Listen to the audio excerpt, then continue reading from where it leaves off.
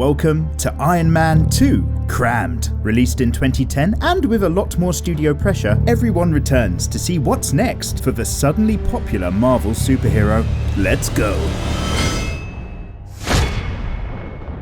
Over in Russia, Ivan Vanko consoles his father on his deathbed, howling with anger. He's been following Stark's career, and it appears that Tony is not the only genius, as Ivan is able to do what most cannot, recreate a working arc reactor of his own. But this man has a grudge. Tony, however, is having a great time and blasts his way down in his Mark IV through a fireworks display to the main stage of the Stark Expo. Looks like his ego is still in full effect as he pulls a Goldfinger to reveal a suit beneath his armor as he plays to the crowd. But off stage he has to check the toxicity levels of his blood, and we get to see life through his eyes as his chief of security and the film's director, Happy Hogan, takes him through a bustling crowd. Hello Stan, and out to the sports car where they're served a subpoena to appear before the Senate Armed Services Committee. You see, Senator Stern wants him to hand over the Iron Man suit to the government, but Stark is still just having fun. However, Justin Hammer of Hammer Industries, and Tony's main if uninspired rival, also wants that tech. And Rhodey is also called to appear. Oh, he's played by Captain Planet now, and he's just not happy to be there at all. Looks like other countries are now trying to make their own suits, but it's pointed out to everyone that the North Korean copies are a joke, the Iranian ones crash, and that actually Hammer has also been trying to copycat a suit, much to the detriment of the pilot. He won't give over his technology to these clowns, and is keeping his world peace privatized. But Ivan has completed construction on his rig, and it's something a bit more whippy, and he gets his hands on a forged passport and tickets to the races in Monaco. Back home, Tony, Jarvis and Robot Arm are living the bachelor dream, but the Iron Man suit is burning through the palladium cores to his arc reactor. He's running out of time and options, as the device keeping him alive is also slowly poisoning him to death. Pepper is still having to manage his outrageous billionaire excesses, including his Expo ego project. And tired of bowing to other people's agendas, he decides to make Potts, one of the few people he trusts, the new Stark Industries CEO. She's stunned, but it was always her that's been keeping the whole thing together. So Pepper gets her own legal secretary, who gets Tony's attention, and Potts reminds him that sexual harassment lawsuits can be very costly. However, she appears to have an unusually impressive resume and can handle herself in the ring. It's the rich person's Grand Prix in Monaco, and Tony surprises Pepper with a full complement of staff. Oh, and Hammer is here, also being rich and cocky, yet not quite with the same gusto. Justin's military contract got revoked after Tony outed his off-brand combat suits at the hearing, but Hammer's got plans for the Stark Expo. Well, Tony's busy, because he's not spectating at the races, but competing, much to the dismay of everyone. He drives at a professional level, but Ivan steps onto the track in his reactor harness, and whiplashes the cars apart in a single stroke. Pepper and Happy make for the track to back up Tony, whose race car also gets sliced clean open in front of the crowd. This crazy guy doesn't seem to give an F, as cars crash and burn all around him, and Tony does his best to avoid getting shredded before Team Stark run Vanko over in the Bentley. Ivan keeps going, however, and Happy keeps hitting him with the car, whilst a somewhat frustrated Tony tries to get the Mark V suitcase armor from a panicking Pepper before they all die. This portable emergency suit has lighter armor and limited flight, but it's a welcome tool in a pinch. And although Vanko is able to peel away at the thinner plates with his arc whips, Tony manages to bind up his attack before knocking him down and popping out his reactor. Crazy Ivan, however, looks anything but defeated, and Hammer gets a boner. No one is able to identify the man, but Tony wants a word with the guy who's manufactured his own arc technology and used it to attack him instead of just selling it off for a tidy sum. Ivan calls Tony the son of a family of thieves and butchers, and that his reactor design comes from his own father, Anton Vanko. He's going to prison, but knows that Tony's core is made from palladium, and it's killing him. So the Senate want to use that shit show as leverage to pull Tony down, and Pepper wants to know what secrets he's keeping to himself. Meanwhile, it looks like someone from behind the scenes is orchestrating Ivan's breakout from prison, and providing a substitute body that you have to prepare for yourself. So he's smuggled out in the confusion and taken to a private aircraft hangar to meet Justin Hammer. He puts on a show, but might not have really judged just what kind of devil he's dealing with. Ivan tried killing Tony, but Hammer suggests that they work together to kill his legacy instead, using his mind with Hammer's resources. Ivan in the meantime already has Hammer pegged as weak. Pepper and the new secretary are trying to manage the media backlash from Monaco, whilst Rhodey pops down to see Tony, who has discovered that Anton Vanko is a Soviet double agent signer. scientist, with Ivan following in his father's wake, being imprisoned for selling plutonium on the black market. With crazy people out there now brandishing suit technology, Rhodey can no longer protect his friend from the army, forcibly taking his suits, and discovers that Stark is on limited time. Hammer shows Ivan his shitty prototypes, and Venko cracks the software in moments in order to take a look. Hammer wants to outdo Stark and be top dog with his own tech, and Ivan seems happy to help make that happen. A dying Tony prepares for possibly his last birthday by getting absolutely sloshed, and despite solid advice, he continues to party hard and is essentially a drunkard with a gun, and Rhodey knows it's only a matter of time before someone gets hurt. So he grabs the Mark II suit from the basement and tells everybody that the party is over, and the two buddies proceed to wreck the place as they try to beat each other into submission. Thanks to Tony's self-destructive tendencies, the play turns nasty as they push each other to see what they'll do, spoiling the evening with a best friend beam to beam. Disappointed, Rhodes leaves with the suit, but the Air Force is absolutely thrilled to have one of their own to play with. Hungover and depressed, Director Nick Fury takes Tony for a donut, and it turns out that Pepper's secretary is actually Agent Romanov, a SHIELD Shadow Ops agent who's been assigned to keep an eye on Stark whilst he essentially has a breakdown. And it seems that Tony didn't activate the security locks in Rhodey's suit, low-key allowing his friend to take it after all. They take the edge off that palladium poisoning, but it's not a permanent fix. Tony has tried every possible replacement for the core, but Fury suggests that there's something he's not finding. Hammer tries bullshitting Venko over his bird from Russia, and Ivan throws it right back at him. See, he's converted all of the suits into unpiloted drones, and Hammer has no option but to bend over to the change unless he can get his hands on something else for the Expo. Well, with the Air Force having their own suit to keep the Senate happy, Hammer Industries is brought in to weaponize it with a big arsenal of firepower for them to turn the Mark II into a war machine. Fury lets Tony know that his father conceived of the arc reactor only as a stepping stone for something greater, with Venko Sr. just being the flip side of that coin, stealing plans for profit. Fury knew Tony's father because he was actually one of the founding members of S.H.I.E.L.D., and Tony must unlock his father's secret. So he goes for his dad's old stuff, who was clearly quite dismissive of child Tony, but he's left a message for his adult son hidden in his old recordings, telling him that the Expo is the key to the future, leaving a heartfelt message through time. Pepper is busy running the company and doesn't have much time for Tony, but he spots the secret hidden in plain sight. Not the Expo, but literally the Expo model. And breaking it down to a digital projection at home, it's starting to look like an atom. Howard Stark was proposing a new element. So Tony builds a prismatic accelerator for his house, like you do, and other than cutting his foundations in half, he creates an entirely new reactor core out of a brand new element. Sick of not seeing results, Hammer puts Venko under house arrest, but Ivan phones Tony to let him know not only that he's still alive, but also about to ruin his day. So without time to lose, he plugs in the new reactor and rides that high. It's Expo time, and Hammer puts on a slightly less impressive entrance for his turn on stage, but those Hammer drones do look pretty formidable, even if all that they can apparently do right now is salute. And Rhodey takes center stage with War Machine, the Hammer modified Air Force Mark II. Tony flies in with the new Mark VI reactor suit to interrupt the show and warns Rhodey that Hammer has been working with Venko in secret and that the people are in danger. But it's too late, and Venko remotely hijacks Rhodey's suit and locks onto Iron Man with gunfire before giving chase against Rhodey's will, along with all of the Air Force drones. Jarvis is unable to hack into War Machine remotely, and Stark has to take endless evasive action from the incoming attacks. Hammer realizes he's been locked out of his own systems, and with a little persuasion, he tells Agent Romanoff that Ivan has been operating out of his own facility, so she heads out with Happy to intervene. The Navy drones start to attack the people with shellfire, while the Army drones target Iron Man. Venko increases the tactical pressure of his attack, but Stark still manages to keep an eye on the people before continuing his narrow escape. He can outmaneuver most of them, but Rhodey's suit is no joke, and loaded for war with high-level firepower. Romanov and Happy infiltrate the Hammer base, and Natasha uses her special training and advanced weaponry to take down a score of guards with ease, and also kind of scissor them a lot in the face. I wish I was a bad guy. Happy also helps, but who's counting? However, Ivan has already left. Stark maps out a high-velocity maneuver that the drones can't keep up with, and most are destroyed before Rhodey smashes him into the Japanese gardens. It's a close thing for Stark in the face of point-blank gunfire, but Romanoff manages to reboot Rhodey's suit. She's pleased to see that Tony is no longer dying with the new reactor, and Pepper is not too happy to hear that he's been keeping secrets. With Rhodey back in control of his his own suit. The pair reconcile, except they bicker for too long and end up right in the kill zone for the final showdown. So it's a straight up balls out destruction session, with Tony's advanced suit beating and blasting drones to pieces, whilst Rhodey lays down a torrent of freeway gunfire that shreds them apart. So Stark one-ups everybody with a laser beam special to finish the show, even if it's only a one-use trick. Pepper makes sure that Hammer is arrested and oversees the last of the evacuation, ensuring the park is clear. But in flies Venko with his latest Whiplash suit. Rhodey tries a bunker missile, but it's made by Hammer Tech and therefore junk. And Whiplash's suit is designed with fighting Iron Man in mind. He slices Rhodey's guns and throws them both all over the place with his energy cable attacks, locking them both down in chokes. Fortunately though, the boys remember the power of friendship from Tony's birthday party, and they fire a combined blast that takes the Russian down. But he's pulled a Predator, and the suit along with every drone is rigged to blow. So Stark goes full Neo to reach Pepper and pluck her from danger just in time. She's really not happy with all this stress and does her best to quit. But denied in the first film, they finally have their rooftop kiss.